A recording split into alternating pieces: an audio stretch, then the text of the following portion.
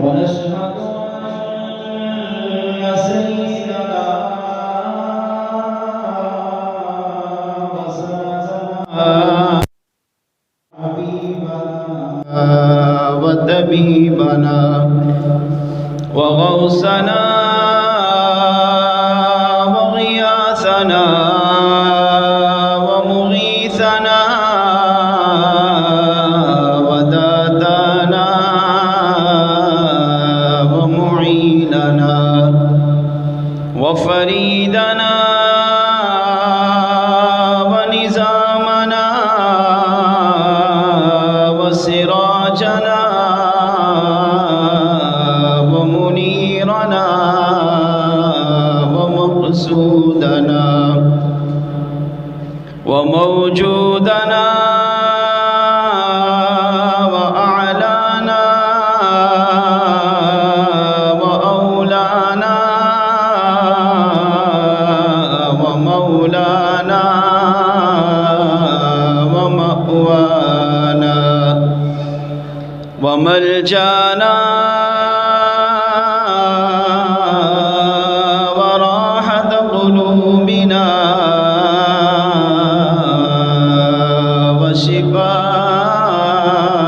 وشفاء صدورنا ونور أعيننا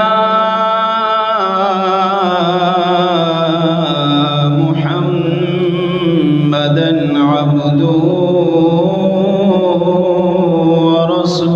ورسوله أما بعد فأعوذ بالله من الشيطان الرجيم بسم الله الرحمن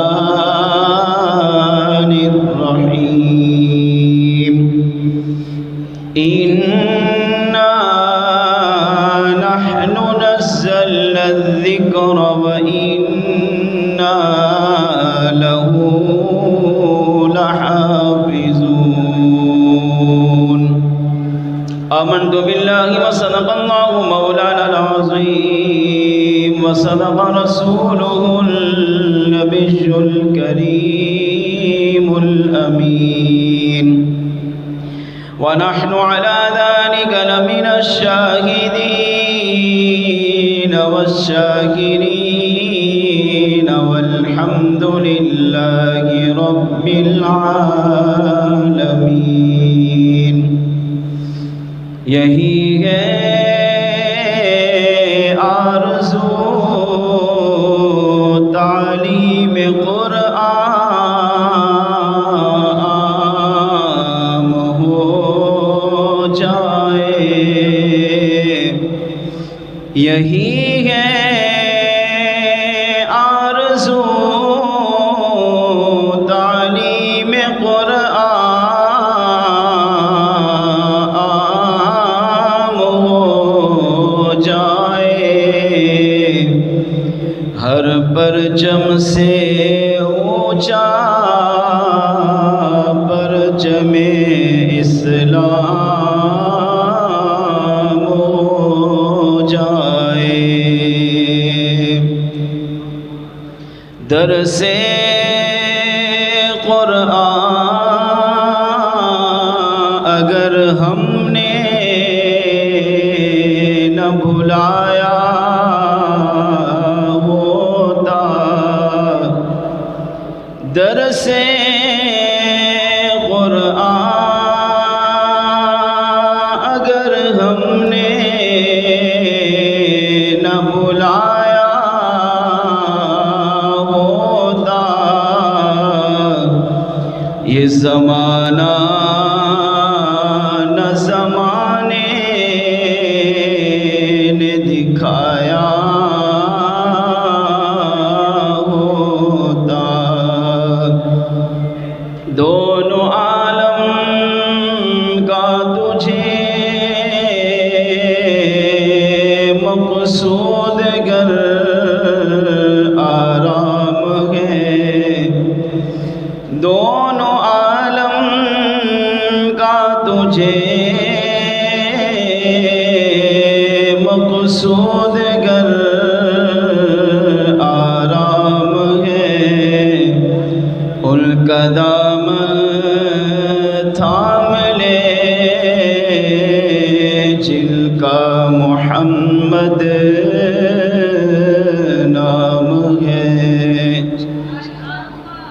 سامعین محترم، اللہ تعالیٰ کی حمد و ثنا کے بعد اس رب العالمین کی بارگاہ میں دعا ہے، رب کریم آج کی یہ بابرکت مقدس سالانہ عظیم الشان اجتماع تقسیم اسناد اپنی پاکیزہ بارگاہ میں قبول و منظور فرمائے۔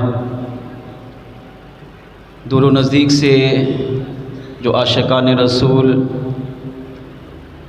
سادات کرام، معزز شخصیات، طلباء کرام، ہمارے صحافی حضرات تشریف لائے، اللہ کریم ان سب کی حاضری کو قبول فرما کر ہم سب کے لیے باعث بخشش اور ذریعہ نجات بنائے۔ دل کی گہرائیوں سے مبارکباد پیش کروں گا ہمارے اس اوتھل شہر کے دعوت اسلامی کے عظیم الشان ادارہ مدرسۃ المدینہ کے ناظم اعلیٰ قاری محمد شکر اللہ عطاری صاحب کو، اور ان کے ساتھ ان کے دیگر اساتذہ کرام محمد احسان شیخ عطاری صاحب، قاری محمد احمد عطاری صاحب، قاری ظفر اللہ عطاری صاحب اور دیگر ہمارے بندر سے جو اساتذہ کرام تشریف لائے، سب کو مبارکباد پیش کرتا ہوں۔ اللہ کریم ان کی کاوش کو اپنی بارگاہ میں قبول فرما کر ان کے لیے، ان بچوں کے لیے، ہم سب کے لیے باعث بخشش اور ذریعہ نجات بنائے۔ دعوت اسلامی کا یہ عظیم الشان ادارہ جس میں بچوں کو قرآن پاک ناظرہ اور حفظ کی تعلیم دی جا رہی ہے، اور سالانہ باقاعدہ ان کا رزلٹ بنتا ہے کہ اس سال کتنے بچوں نے قرآن پاک ناظرہ اور کتنے بچوں نے قرآن پاک حفظ مکمل کیا۔ الحمدللہ قرآن کریم مصطفیٰ جان رحمت صلی اللہ تعالیٰ علیہ وآلہ وسلم کا عظیم معجزہ ہے، اور اسی معجزے کو دعوت اسلامی قیامت تک شاد و آباد رکھنے کے لیے مدرسۃ المدینہ میں بچوں کو قرآن پاک ناظرہ اور حفظ کی تعلیم دے رہی ہے، تاکہ مصطفیٰ جان رحمت صلی اللہ علیہ وسلم کا یہ معجزہ تا قیامت جاری و ساری رہے، اور قرآن پاک کی حضور کے اس معجزے کی برکتیں حضور کی امت قیامت تک حاصل کرتی رہے۔ ہمارے لیے یہ بہت بڑی خوشخبری ہے کہ آج پاکستان کے مختلف مقامات پر اسی طرح کے تقسیم اسناد اجتماعات ہو رہے ہیں، جس میں باقاعدہ نگران پاکستان حاجی محمد شاہد عطاری سلمہ الباری سنت و برا بیان اس وقت بھی فرما رہے ہیں، اور یہ بھی ہمارے لیے بہت بڑی خوشخبری عرض کر دوں کہ دعوت اسلامی کا یہ شعبہ کتنا مضبوط ہے، کتنا پاورفل ہے، اس کا اندازہ آپ اس بات سے لگائیں کہ اس 2021 میں 45,000 کے قریب بچوں نے قرآن پاک ناظرہ مکمل کیا ہے۔ سبحان اللہ کی صدا آپ کی اتنی نہیں آئی جتنا میں نے بڑا چمراز کیا۔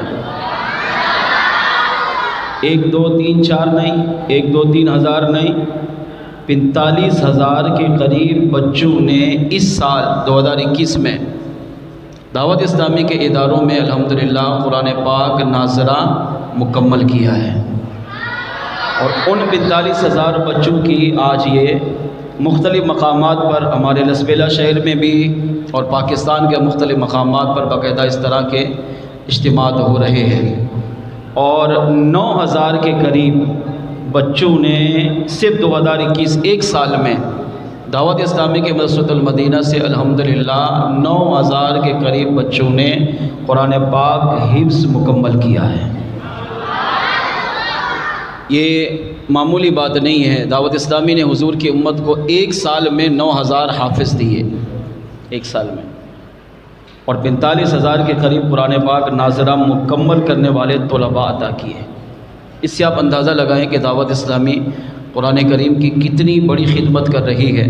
تو جو لوگ دعوت اسلامی کے اس شعبے سے وابستہ ہیں، اس شعبے کو چلاتے ہیں، اس کے ساتھ تعاون کرتے ہیں، اس کی خدمت کرتے ہیں، اس کی مدد کرتے ہیں، وہ یقیناً خوش نصیب ہیں، مبارکباد کے مستحق ہیں۔ اللہ کریم ان تمام مجالس کے ذمہ داران، اساتذہ کرام، ناظمین کرام کو جزائے خیر عطا فرمائے، اور وہ ہمارے عاشقان رسول جو دعوت اسلامی کے اس مدرسے کے ساتھ، ان طلباء کے ساتھ اپنا مالی تعاون کرتے ہیں، اللہ کریم ان کو بھی اس کی برکتیں دنیا قبر و آخرت میں نصیب فرمائے۔ مختصر وقت میں قرآن کریم کے حوالے سے چند گزارشات آپ کی بارگاہ میں پیش کروں گا، انتہائی توجہ کے ساتھ، محبت و عقیدت کے ساتھ سنیں گے، انشاءاللہ ایمان تازہ ہوگا۔ اللہ نے چاہا تو قرآن کریم کی عظمت، قرآن پاک کی محبت، قرآن کریم کا پیار ہمارے دل میں بھی پیدا ہوگا، اور ہم بھی قرآن کریم پڑھنے والے بن جائیں گے۔ آئیے سب سے پہلے نبی رحمت شفیع امت صلی اللہ تعالیٰ علیہ وآلہ وسلم کی ذات اقدس پر درود پاک کی فضیلت سنتے ہیں۔ امام شمس الدین سخاوی رحمۃ اللہ تعالیٰ علیہ اپنی کتاب القول البدیع میں اس روایت کو نقل کرتے ہیں کہ اگر کوئی شخص مصطفیٰ جان رحمت صلی اللہ علیہ وسلم کی ذات پر درود و سلام پڑھے تو میرے آقا صلی اللہ علیہ وسلم اس کے درود و سلام کو سنتے بھی ہیں، اسے جانتے بھی ہیں، اسے پہچانتے بھی ہیں، اس پر کرم بھی فرماتے ہیں، اور اگر رحمت کی نظر فرمائیں تو اسے حضور سلام کا جواب بھی عطا فرماتے ہیں۔ انسان تو اشرف المخلوقات ہے، انسان کے علاوہ فرشتے، جنات، پتھر، نباتات، جمادات، درخت، پہاڑ، کائنات کی ہر چیز، ہر مخلوق مصطفیٰ جان رحمت صلی اللہ علیہ وسلم کی ذات اقدس پر درود پاک پڑھنے کو اپنے لیے بہت بڑا اعزاز سمجھتی ہے، اور میرے آقا صلی اللہ علیہ وسلم کی ذات وہ عظیم ذات ہے کہ اگر انسان ہو، حیوان ہو، چرند پرند ہو، شجر حجر ہو، کائنات کی کوئی بھی مخلوق ہو، وہ اپنی جس زبان میں مصطفیٰ جان رحمت صلی اللہ علیہ وسلم پر درود و سلام پڑھتی ہے تو آقا صلی اللہ علیہ وسلم اس کے بھی درود و سلام کو سنتے ہیں، اور اگر کرم فرمائے تو حضور اسے بھی سلام کا جواب عطا فرماتے ہیں۔ سیدنا خلیفہ اول، خلیفہ بلا فصل سیدنا صدیق اکبر رضی اللہ تعالیٰ عنہ فرماتے ہیں کہ میں ایک دن مصطفیٰ جان رحمت صلی اللہ علیہ وسلم کے ساتھ مدینے سے باہر کی طرف نکلا۔ میں نے دیکھا کہ حضور صلی اللہ علیہ وسلم تنے تنہا مدینے کے اطراف میں تشریف لیے جا رہے ہیں، تو میں بھی حضور کی طرف دوڑ پڑا اور آقا علیہ الصلوۃ والسلام کے ساتھ چلنے لگا۔ صدیق اکبر رضی اللہ تعالیٰ عنہ فرماتے ہیں کہ ہمارا گزر مدینے کے اطراف میں ایک وادی سے ہوا جہاں پر بظاہر انسان کا کوئی نام و نشان نہیں تھا، وہاں پر ایک چٹیل میدان تھا، زیادہ سبزہ بھی نہیں تھا، اور کوئی انسان وہاں دور دور تک نظر بھی نہیں آ رہا تھا۔ آپ فرماتے ہیں کہ اچانک جب میں حضور علیہ الصلوۃ والسلام کے ساتھ چلتے چلتے ایک وادی سے گزرنے لگا تو فرماتے ہیں کہ میں نے سنا کہ کوئی شخص مصطفیٰ جان رحمت صلی اللہ علیہ وسلم پر درود و سلام پیش کر رہا ہے۔ صدیق اکبر رضی اللہ عنہ فرماتے ہیں مجھے بڑی حیرت ہوئی جب میں نے وہ درود و سلام سنا، اور درود و سلام کے الفاظ بھی کیا تھے؟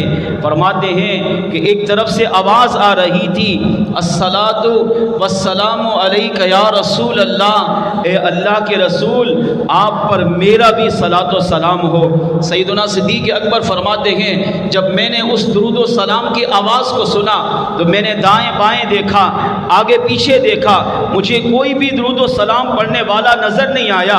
آپ فرماتے کہ میں بڑا حیران و پریشان ہوا کہ آخر اس وادی میں انسان کوئی نظر نہیں آ رہا، پھر کون ایسا ہے جو حضور علیہ السلام کی ذات پر درود و سلام پیش کر رہا ہے، اور وہ بھی آقا علیہ السلام کی بارگاہ میں بڑی محبت کے ساتھ اور بڑے پیار کے ساتھ، بڑی عقیدت میں اور بڑے خوبصورت الفاظ میں درود و سلام پیش کر رہا ہے۔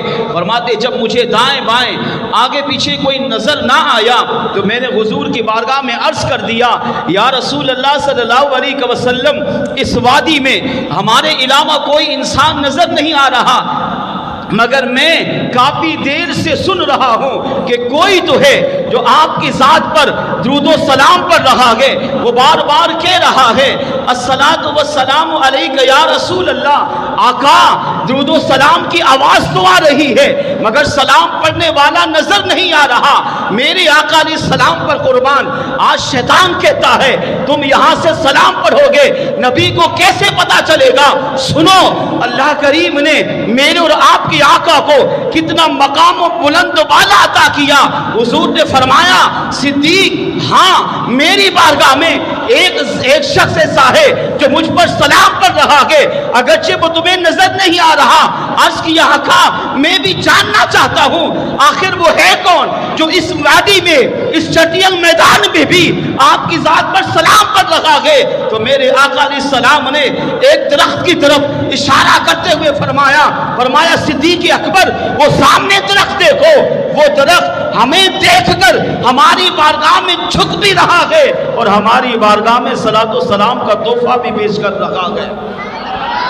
علامہ ابن حجر مکی رحمت اللہ تعالی علیہ کہتے ہیں یہی روایت درخت کی بھی ہے، اور ایک روایت میں جب حضور اس وادی کے قریب سے گزرے تو ایک پتھر ایک چٹیل میدان میں اگرچہ گرا پڑا تھا لیکن وہ بھی حضور کی بارگاہ میں الصلاۃ والسلام علیک یا رسول اللہ کے سیغوں سے درود و سلام کے تحفے پیش کر رہا تھا۔ اب صدیق اکبر رضی اللہ تعالیٰ عنہ پر قربان فرماتے جب حضور نے ارشاد فرمایا صدیق وہ سامنے والا درخت میری بارگاہ میں مجھ پر صلاۃ و سلام پڑھ رہا ہے، جب میں یہاں سے گزرا اس درخت نے اللہ کی بارگاہ میں عرض کیا اے اللہ، آج تیرے محبوب میرے قریب سے گزرنے والے ہیں، میں درخت یہ چاہتا ہوں تو مجھے اجازت دے تاکہ آج میں بھی تیرے محبوب پر صلاۃ و سلام پڑھ کر اپنی زندگی کی معراج کو حاصل کر سکوں۔ اس درخت نے اللہ کی بارگاہ میں جب صلاۃ و سلام پڑھنے کی اجازت مانگی تو کریم رب نے اسے اجازت دی، اور آج وہ درخت جھوم جھوم کر میری بارگاہ میں صلاۃ و سلام کے تحفے پیش کر رہا ہے۔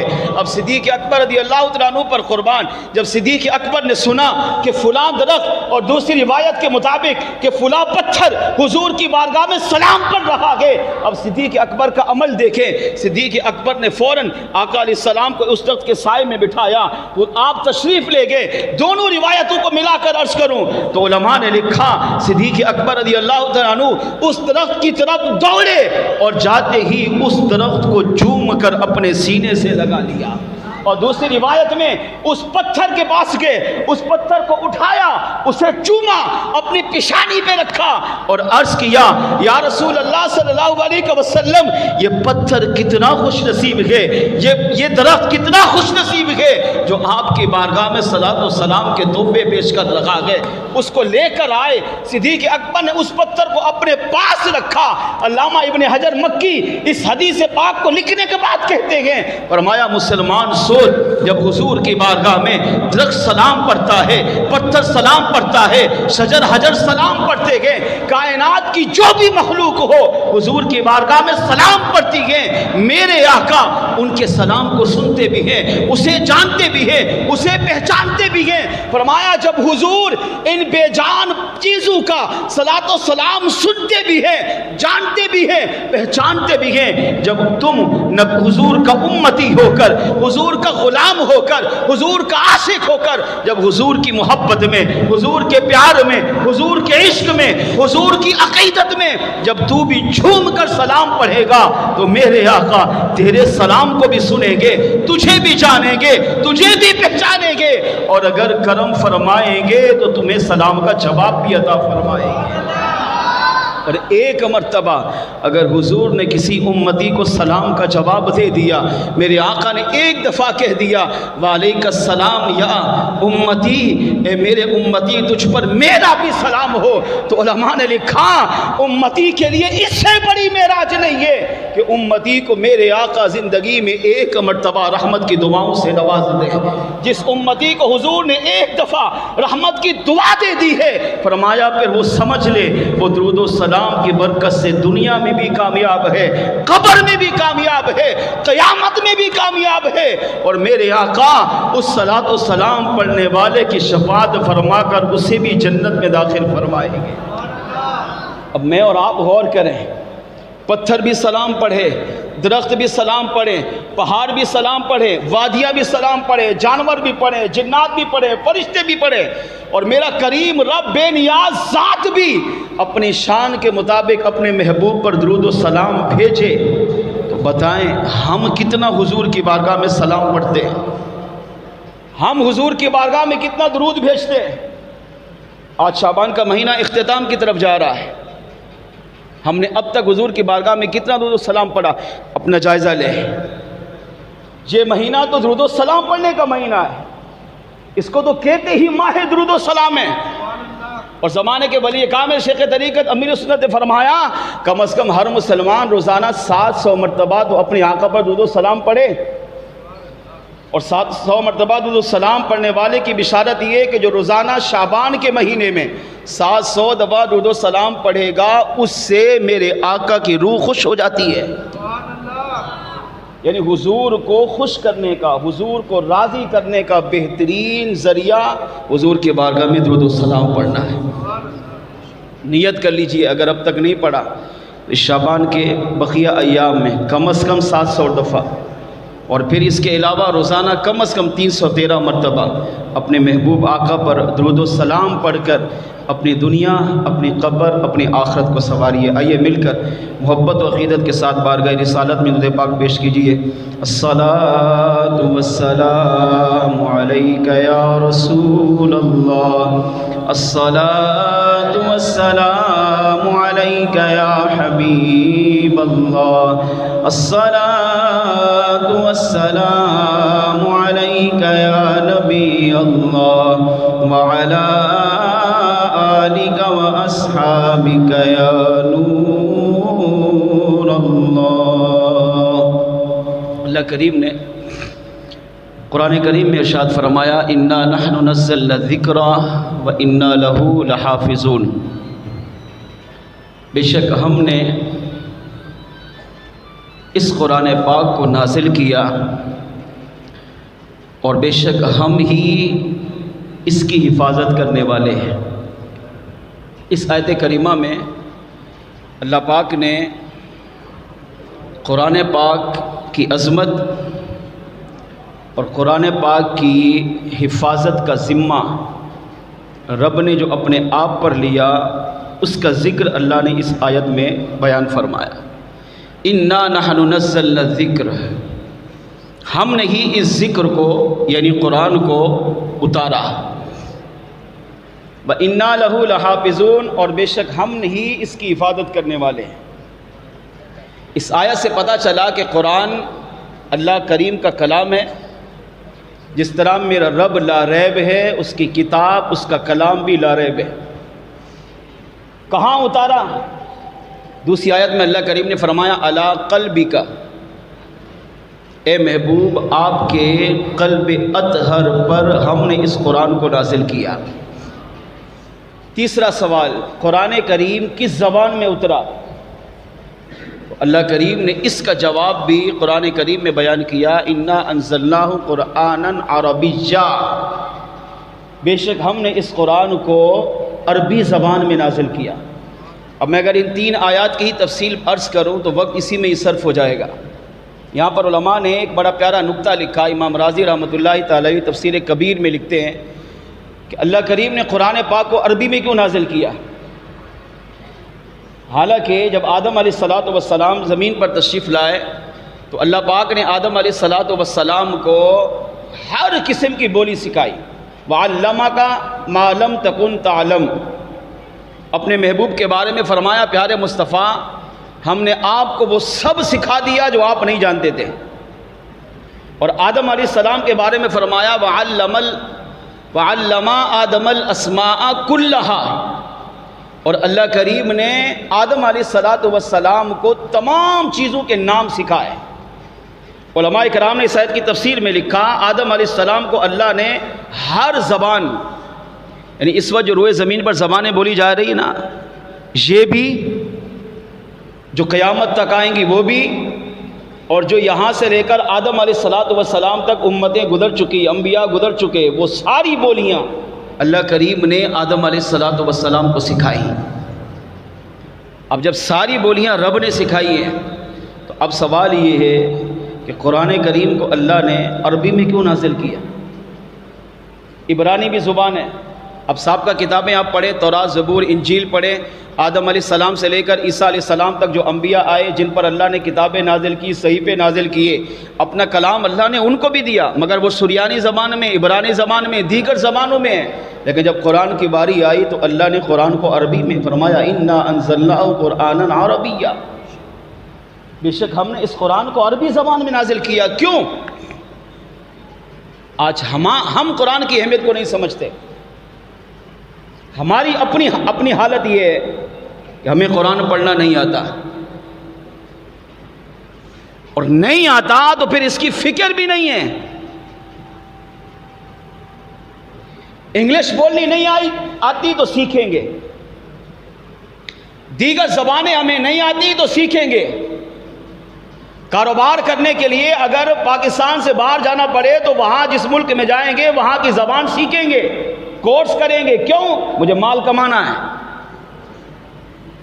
انگریز ممالک میں اگر مال کمانے کے لیے جا رہا ہے تو انگریزی سیکھے گا. کیوں؟ مال کمانا ہے. زبان آئے گی تو میں مال اچھا کماؤں گا، بات اچھی کر لوں گا، میری بات کی، میری گفتگو کی ویلیو ہوگی.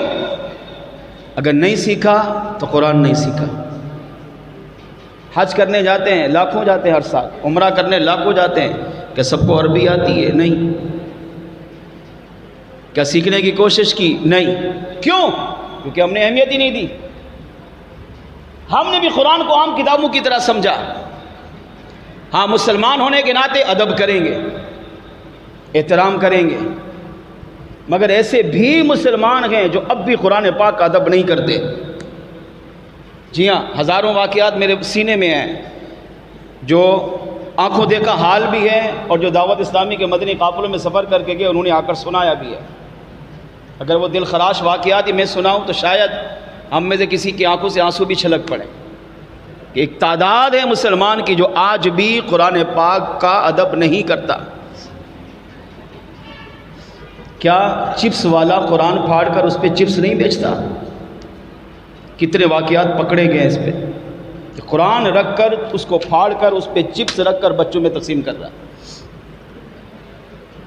چور مسجد میں داخل ہوا تو وہ نشائی تھا، اس کو نشے کے لیے پیسہ چاہیے تھا. اس نے دیکھا کہ مجھے پنکھا اتارنا ہے، اسے کوئی چیز نہیں ملی تو مسجد کی قرآن پاک کی الماری کھولی، قرآن کی تہ بتیں لگائی، اس پہ کھڑا ہو کر پنکھے کو اتارا اور چلا گیا.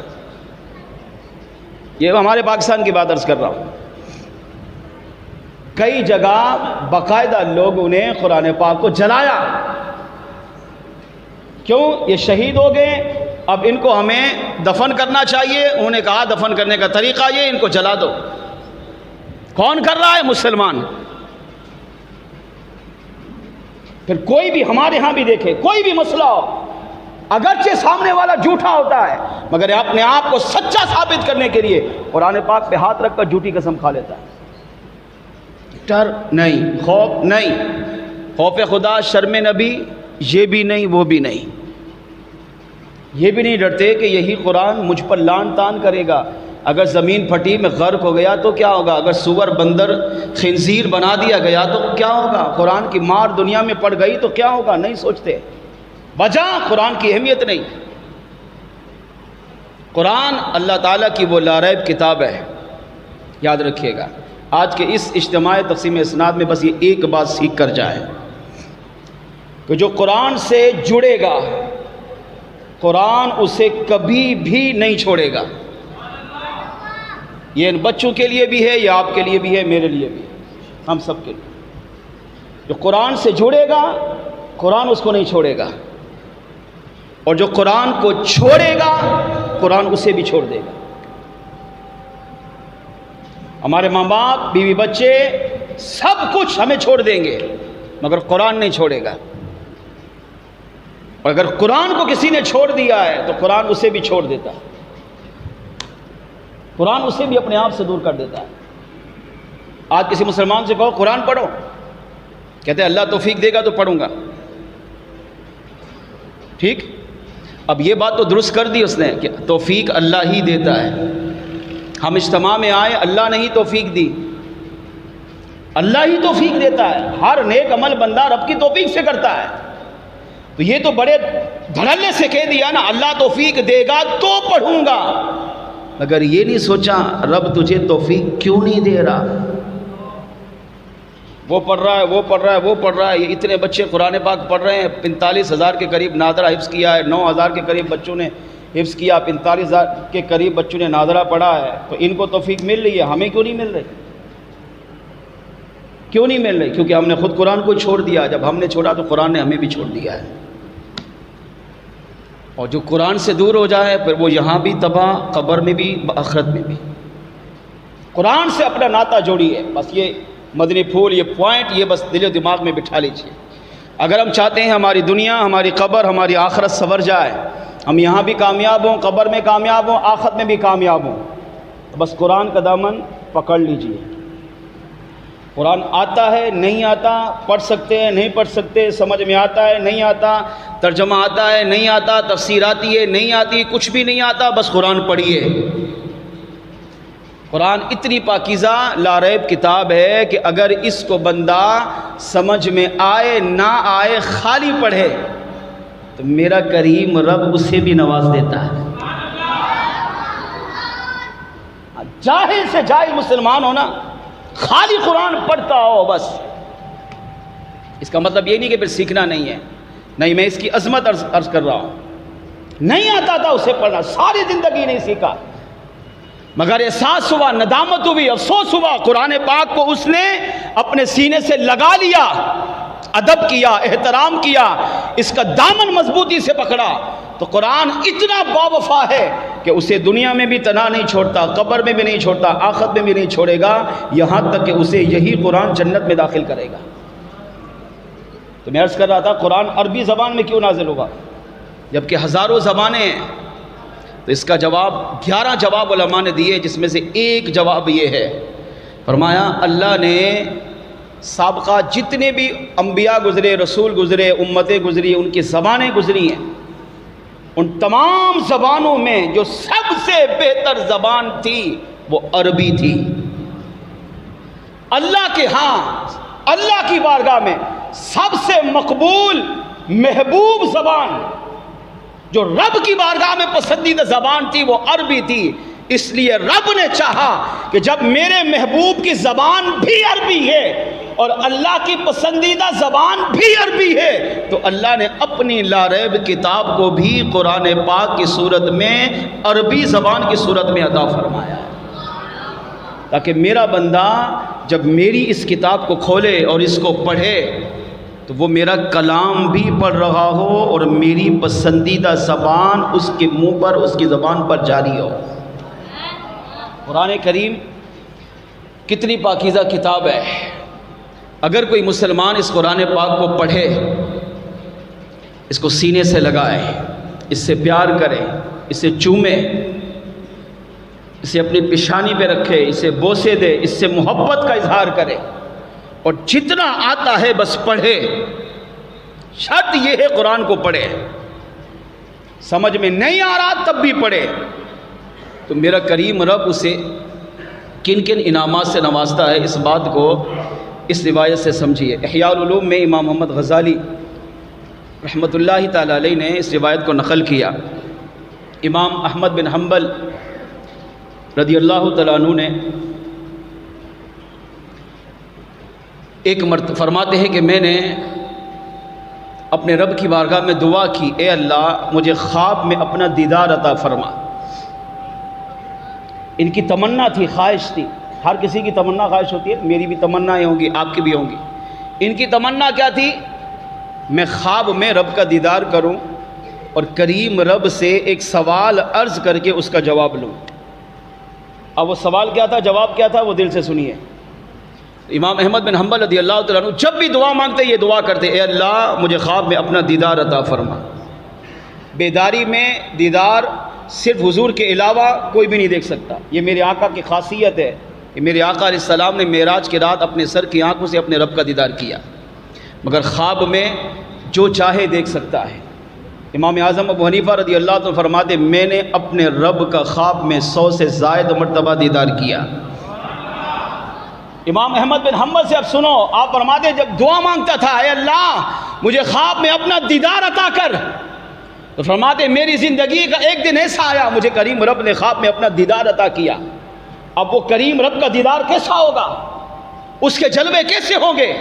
امام احمد بن حنبل فرماتے میں رب کے دیدار میں کھو گیا، اور جب مجھے کچھ ہوش سنبھلا تو میں نے اللہ کریم کی بارگاہ میں عرض کیا اے اللہ تیری بارگاہ میں ایک گزارش لے کر آیا ہوں، اور میں چاہتا ہوں کہ تو کریم رب مجھے میرے اس سوال کا جواب عطا فرما.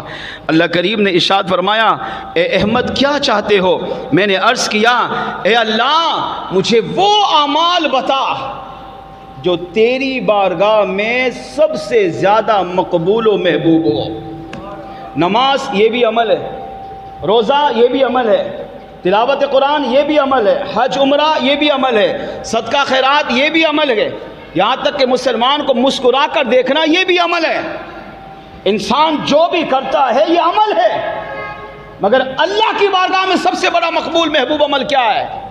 عرض کیا اللہ مجھے وہ عمل بتا جو تیری بارگاہ میں سب سے زیادہ مقبول و محبوب ہو، پسندیدہ ہو. یعنی میں وہ عمل کروں تو پوری کائنات میں تیری بارگاہ میں سب سے زیادہ نزدیک، قریب اور محبوب بن جاؤں.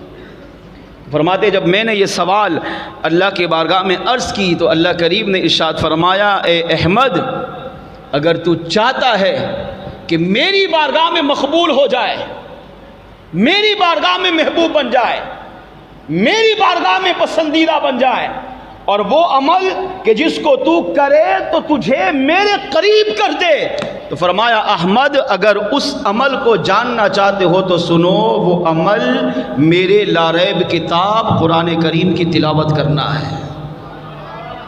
اب یہاں امام احمد بن حنبل فرماتے ہیں اللہ چاہتا تو نماز کا بھی فرما سکتا تھا، روزہ بھی فرما سکتا تھا، حج زکوٰۃ صدقہ خیرات دیگر نیک اعمال کا بھی فرما سکتا تھا، لیکن کریم رب نے ارشاد فرمایا احمد میری بارگاہ میں سب سے زیادہ مقبول و محبوب عمل جو لوگوں میں سب سے زیادہ بندے کو رب کے قریب کر دیتا ہے، فرمایا وہ عمل سب سے زیادہ میرے قرآن پاک کی تلاوت کرنا ہے. امام احمد بن حنبل رضی اللہ عنہ فرماتے ہیں میں نے اللہ کی بارگاہ کے دیدار کر رہا تھا، اس کے نور و تجلیات میں گم تھا، اس سے مزید فائدہ اٹھاتے ہوئے اللہ کے بارگاہ میں عرض کیا اے اللہ کیا تیرے قرآن کو سمجھ کر پڑھیں تو یہ تیری بارگاہ میں قریب کرے گا، یا تیرے قرآن کو بغیر سمجھ کر پڑھیں تو قریب کرے گا؟ کتنے لوگ ایسے ہیں جو قرآن کو ترجمے کے ساتھ پڑھیں گے تو سمجھ میں آئے گا، تفسیر پڑھیں گے اور سمجھ میں آئے گا. اب کتنے ایسے ہیں جن کو پڑھنا ہی نہیں آتا، یا پڑھتے تو ہیں لیکن قرآن کیا کہہ رہا ہے نہیں پتا ہوتا، قرآن کیا حکم دے رہا ہے نہیں پتا، قرآن کریم کی اہمیت کیا نہیں پتا.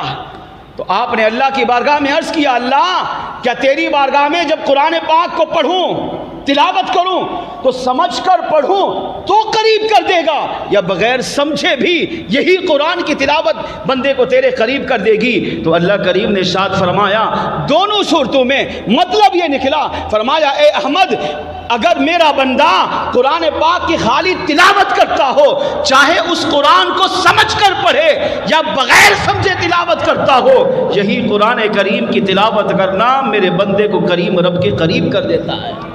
تو آپ فرماتے لوگوں اگر تم اپنے آپ کو رب کی بارگاہ میں مقبول و محبوب بنانا چاہتے ہو، اگر چاہتے ہو کہ لوگوں میں اللہ تمہیں چن کر اپنی بارگاہ میں مقام و مرتبہ اور اپنا قرب خاص عطا کرے، تو فرمایا اس کا بہترین ذریعہ اللہ کریم کی لا ریب کتاب قرآن کریم کی تلاوت کرنا ہے. اس کو اپنا معمول بنا لو، اس کو پڑھتے رہو، اس پر پابندی سے عمل کرتے رہو۔ اللہ کریم اس قرآن کریم کی برکتیں تمہیں دنیا میں بھی عطا کرے گا، قبر و آخرت میں بھی عطا فرمائے گا۔ اس سے پتہ چلا کہ قرآن کریم وہ لا ریب، وہ عظمت والی کتاب ہے کہ بندہ اس کو صرف پڑھے، چاہے سمجھ میں آئے چاہے سمجھ میں نہ آئے، اس قرآن کو خالی پڑھے، اللہ کریم اسے بھی خالی نہیں چھوڑتا، اللہ اسے بھی اپنی رحمت سے مالا مال کر دیتا ہے۔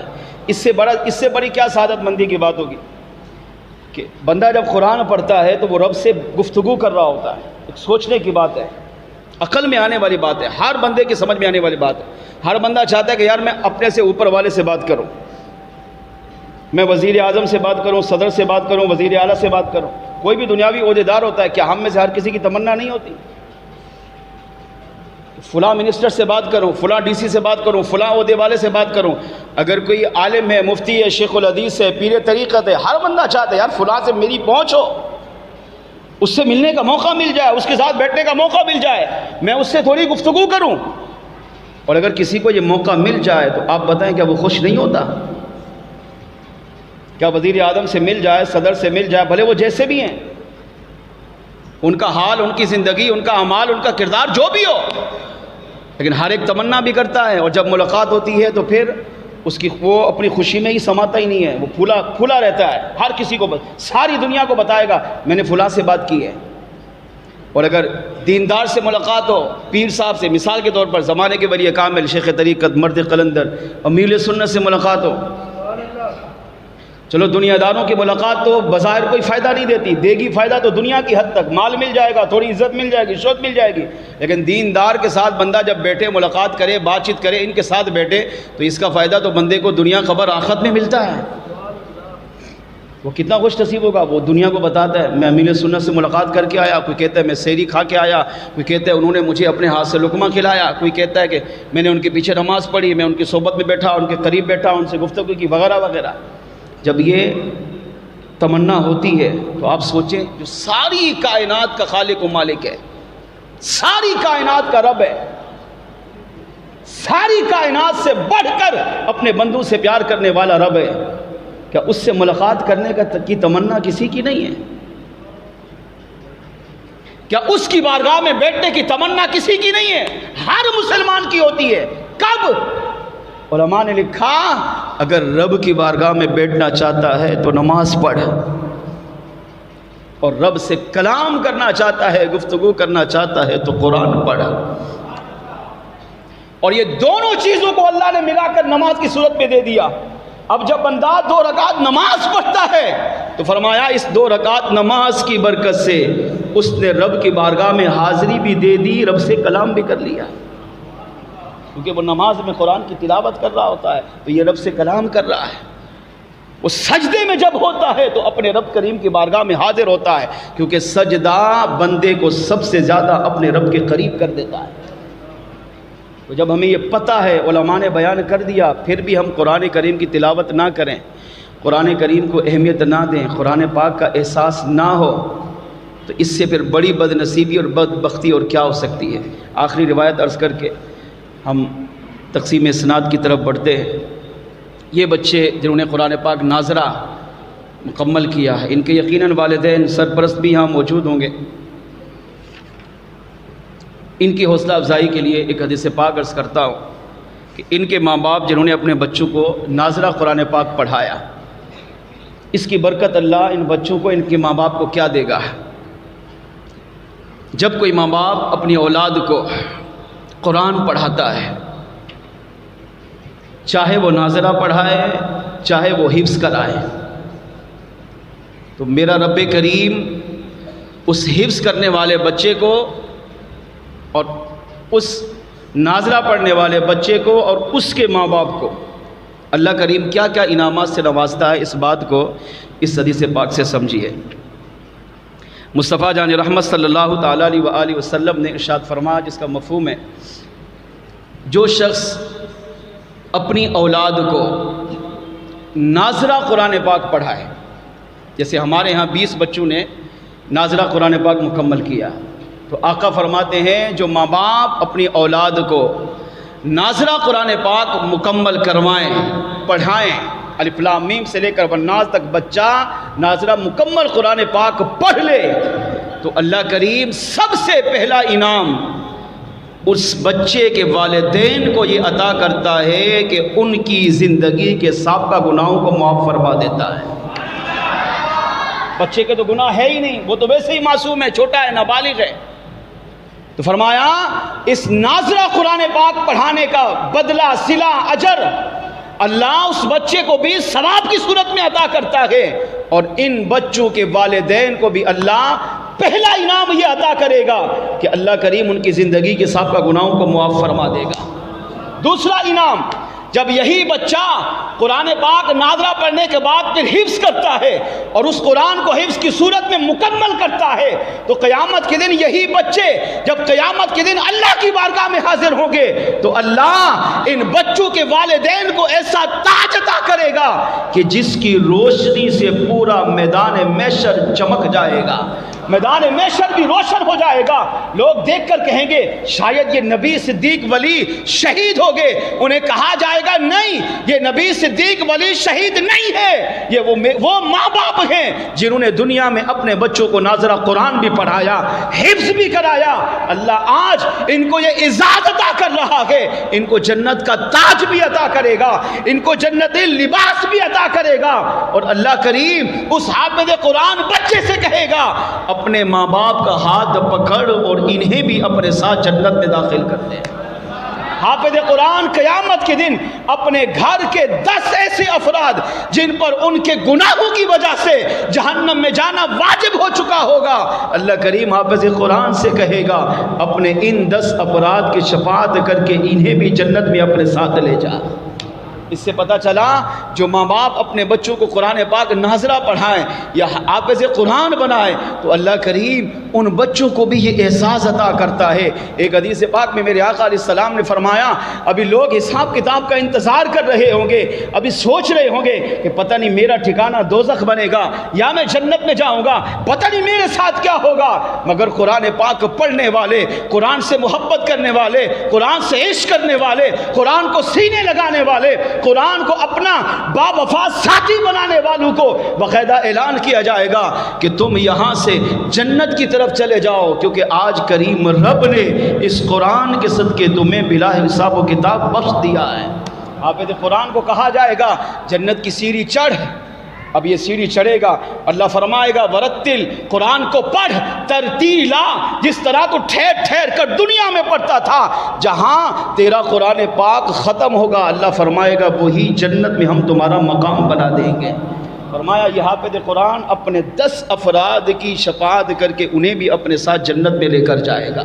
لہذا اگر میں اور آپ ہر ایک چاہتا ہے کہ ہم اپنی دنیا، اپنی قبر، اپنی آخرت کو سنواریں، اس کا پہلا ذریعہ خود قرآن پڑھیے، دوسرا ذریعہ اپنے بچوں کو قرآن پاک حفظ کرائیے، پہلے ناظرہ پڑھائیے پھر حفظ کرائیے۔ کہاں کرائیں گے؟ دعوت اسلامی کا ادارہ آپ کے سامنے ہے۔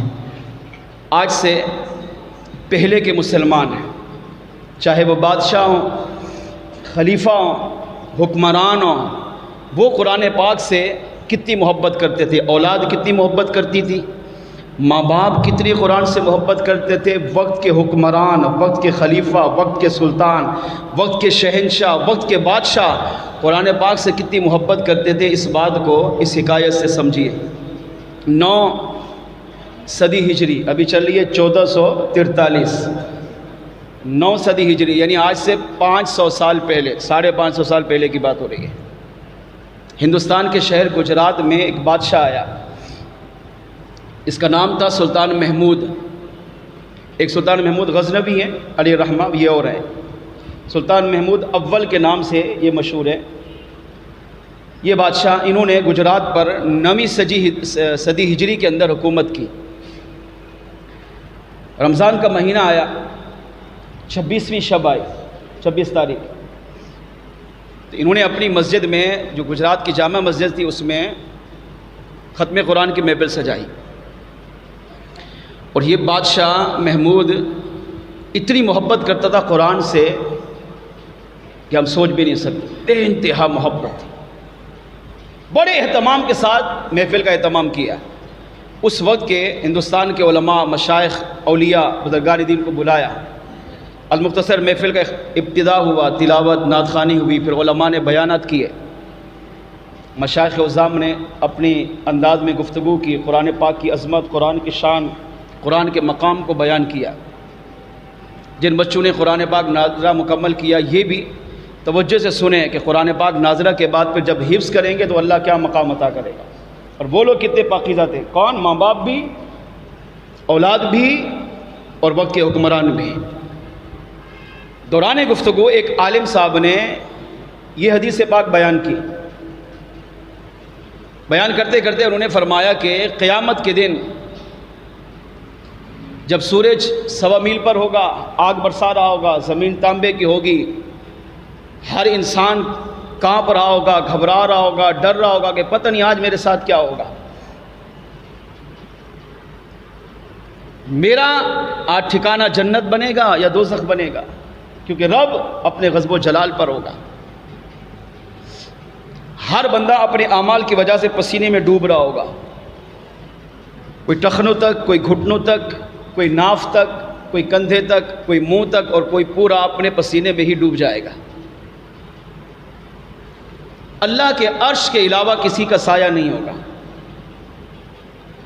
7 افراد ایسے ہیں جن کو اللہ ایسے مشکل وقت میں بھی اپنے عرش اعظم کا سایہ عطا فرمائے گا۔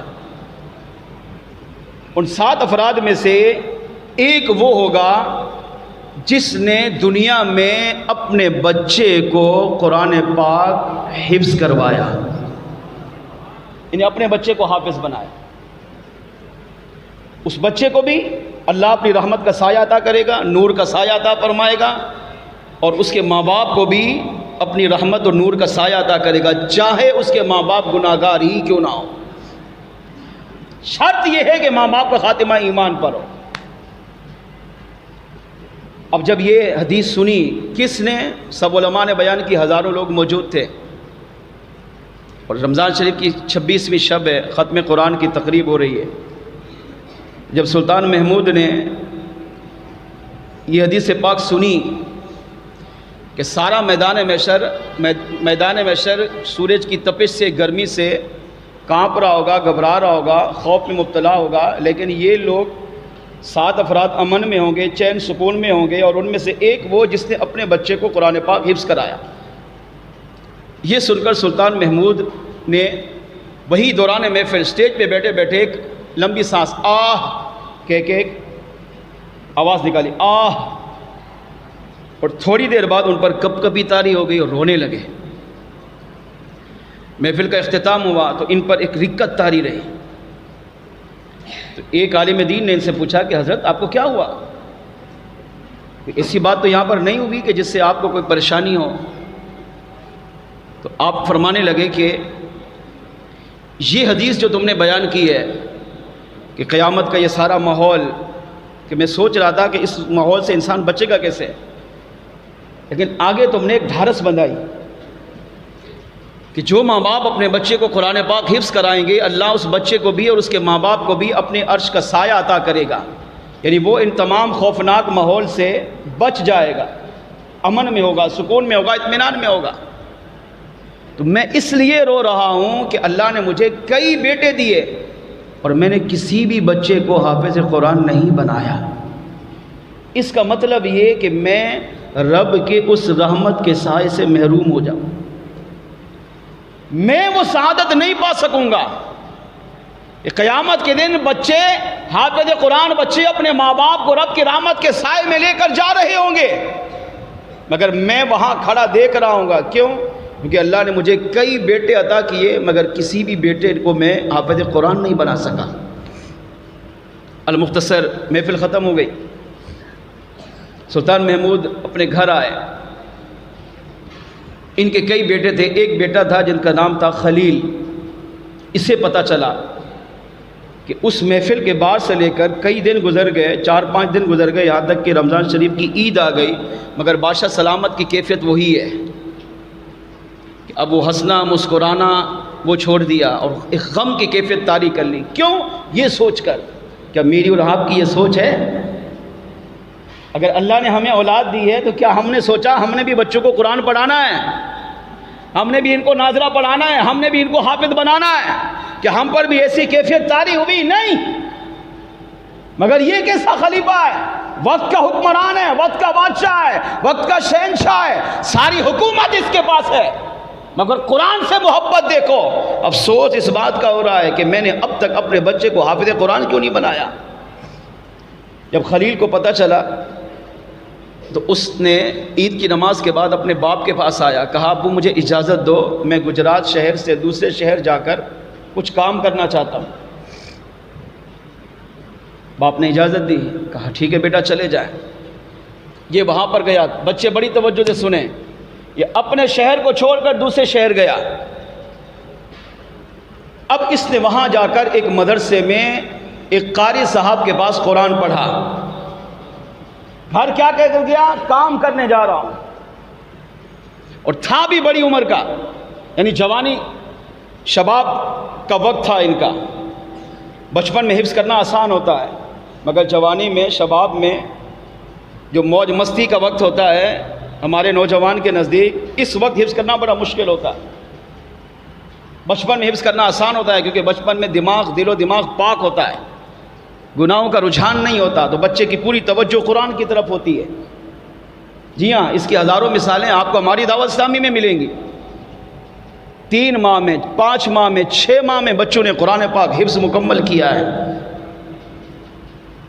مگر جوانی میں دیکھیں، وہ وہاں گئے، گھر کہہ کے گئے میں کام پہ جا رہا ہوں، مگر وہاں جا کر مدرسے میں گئے، استاد سے منت سماجت کی۔ اس نے کہا بڑی عمر کے ہیں، آپ نہیں کر سکتے؟ کہا میں نے حفظ کرنا ہے، کچھ بھی ہو جائے میں نے قرآن پاک حفظ کرنا ہے۔ جب استاد نے اس کی محبت دیکھی، جذبہ دیکھا، تو اسے پڑھانا شروع کیا۔ المختصر پڑھتے پڑھتے پڑھتے 1 سال لگایا۔ 6 ماہ میں دن رات قرآن پڑھ رہا ہے، دن رات قرآن پڑھ رہا ہے، دن رات قرآن پڑھ رہا ہے۔ 6 ماہ میں طبیعت خراب ہو گئی، آنکھیں سرخ ہو گئی، سوج گئی، تکلیف ہونا شروع ہو گئی۔ ڈاکٹر کو چیک اپ کروایا، ڈاکٹر نے مشورہ دیا کہ آرام کرو، آنکھوں کو بند کرو، قرآن پڑھنا بند کر دو۔ کہا آنکھیں جاتی ہیں تو جائیں، لیکن میں نے قرآن کو حفظ کرنا ہے۔ میں آنکھوں کی وجہ سے قرآن نہیں چھوڑ سکتا، میں قرآن کو حفظ کروں گا۔ اس کی محبت، اس کا پیار دیکھیں، جوانی میں ہونے کے باوجود بھی دنیا کی ساری آسائشیں چھوڑی اور قرآن کریم کا دامن تھام لیا۔ پڑھتا رہا، پڑھتا رہا، پڑھتا رہا، یہاں تک کہ آنے والے رمضان المبارک سے پہلے وہ قرآن پاک کا حافظ بن گیا۔ 1 سال میں قرآن پاک حفظ کیا۔ سال بعد گھر لوٹا، اب اپنے باپ سے آ کر جب سلام دعا ہوئی تو باپ دیکھا تو باپ وہی غمزدہ۔ عرض کیا ابا حضور اب تو سال ہو گیا، پچھلے سال آپ نے یہ حدیث سنی تھی، اب تو اگلا رمضان آنے والا ہے۔ تو باپ نے کہا بیٹا میں کیا کروں، حدیث ہی ایسی ہے، قیامت کے ان مراحل سے کون گزر سکے گا؟ کاش میرا بیٹا کوئی حافظ ہوتا تو میں بھی کچھ امن و سکون کا سانس لیتا اور رب کی رحمت پہ بھروسہ رکھتا کہ ہاں میں نے بھی اپنے بیٹے کو قرآن کا حافظ بنایا ہے، مجھے رب کی رحمت سے امید ہے اللہ مجھے بھی اپنے عرش کا سایہ عطا کرے گا۔ اب اس خلیل بیٹے کو دیکھو، جب باپ کو غم زدہ دیکھا کہ سال گزر گیا ہے مگر باپ کا غم نہیں دور ہو رہا، قرآن کی محبت، قرآن کا پیار اب بھی باپ کے دل میں موجود ہے، تو بیٹے نے کہا ابا سنو، اگر آپ قرآن سے اتنی محبت کرتے ہیں تو سنو، آنے والے رمضان المبارک میں ہماری مسجد میں نماز تراویح میں میں آپ کو قرآن سناؤں گا۔ سلطان محمود کو بڑی حیرت ہوئی، کہا بیٹا تو قرآن کا حافظ نہیں ہے، تو کیسے سنائے گا؟ تراویح میں تو وہ پڑھے جس سے قرآن کو حفظ کیا۔ اس خلیل نے کہا ابا حضور اگرچہ میں حافظ نہیں تھا، لیکن جب سے میں نے آپ کی یہ قرآن سے محبت دیکھی، قرآن سے پیار دیکھا، تو میں نے سوچا کہ ساری زندگی میرے باپ نے میری ساری تمنائیں پوری کی ہیں، اب میں چاہتا ہوں کہ میں زندگی میں اپنی باپ کی اس تمنا کو پورا کروں۔ کیا مطلب؟ کہا ابا حضور میں نے قرآن پاک حفظ کر لیا ہے۔ کہا بیٹا کیسے؟ تو کام کاج کرنے گیا تھا۔ کہا نہیں، کام کاج یہی تھا، وہ بظاہر میں آپ کو کام کا کہہ کر گیا تھا، حقیقت میں یہی کام تھا، میں نے فلاں شہر جا کر 1 سال میں دن رات محنت کر کے قرآن پاک کا حفظ مکمل کیا ہے۔ اب دیکھیں باپ کی جو خوشی کی انتہا تھی اس کو بیان ہی نہیں کر سکتے۔ سلطان محمود کھڑا ہوا، بیٹے کو سینے سے لگایا، پیشانی پہ بوسہ دیا اور اللہ کریم کا شکر ادا کیا، اے اللہ تیرا شکر ہے تو نے مجھے ایک حافظ قرآن باپ بننے کا شرف عطا فرمایا ہے۔ آج ہمارے ہاں نماز تراویح میں حافظ قرآن پڑھے، ہم اس کے پیچھے تراویح نہیں پڑھتے، کیوں؟ وہ دیر لگا دیتا ہے۔ ہم تراویح وہاں پڑھیں گے جہاں صورتیں پڑھی جائیں، جہاں 15-20 منٹ میں تراویح ختم ہو جائے، مگر ان محبت کرنے والوں کو دیکھو، جب آنے والا رمضان آیا تو بیٹے نے کہا ابا حضور اب رمضان میں نماز تراویح میں قرآن پڑھوں گا۔ اس بچے نے رمضان المبارک کی پہلی رات میں رمضان کی 20 تراویح میں پورا قرآن پاک مکمل کیا، اور لوگ پیچھے بھاگے نہیں، اس کو ڈانٹا نہیں، اس کو مارا جھاڑا نہیں، اس کے پیچھے بری باتیں نہیں کی، بلکہ سلطان محمود بھی اس کے پیچھے کھڑے ہو کر رمضان المبارک میں پورا مکمل رمضان المبارک میں خود بھی پورا قرآن سنتا اور وہاں کے لوگ بھی حافظ کے پیچھے قرآن کریم کی تلاوت سنتے ہیں۔ سوچے کتنا پکا حفظ کیا، ایک دن کی بات نہیں، ہم تو رمضان میں 1 پارہ 1.25 پارہ پڑھ کر ایک رمضان میں 1 قرآن پاک ختم کرتے تھے، مگر اس خلیل بیٹے پر قربان کہ وہ روزانہ رمضان کی 20 تراویح میں 1 قرآن پاک ختم کرتا، اور روزانہ جب نماز ختم ہوتی تو باپ اپنے بیٹے کا شکر ادا کرتا، اے بیٹا تیرا شکر ہے کہ تو نے مجھے رسوا نہیں کیا، تو نے میرے دل کی خواہش کو پورا کیا، اب مجھے رب کی رحمت سے امید کہ وہ روزانہ اپنے بیٹے کو سینے سے بھی لگاتا، پیشانی کو بھی چومتا، گلے سے لگاتا، اس پر خوشی کا اظہار کرتا اور اپنے کریم رب کی بارگاہ میں شکر ادا کرتا، اے اللہ تیرا شکر ہے تو نے مجھے حافظ قرآن باپ بننے کا شرف عطا کیا ہے۔ کہتا میرے بیٹے لخت جگر تو نے میری خواہش، میری دلی مراد تمنا کو پورا کیا ہے، اب مجھے رب کی رحمت سے امید ہے کہ اللہ مجھے بھی اپنے محبوب کی اس حدیث کے صدقے قیامت کے دن اپنی رحمت کا سایہ عطا فرمائے گا۔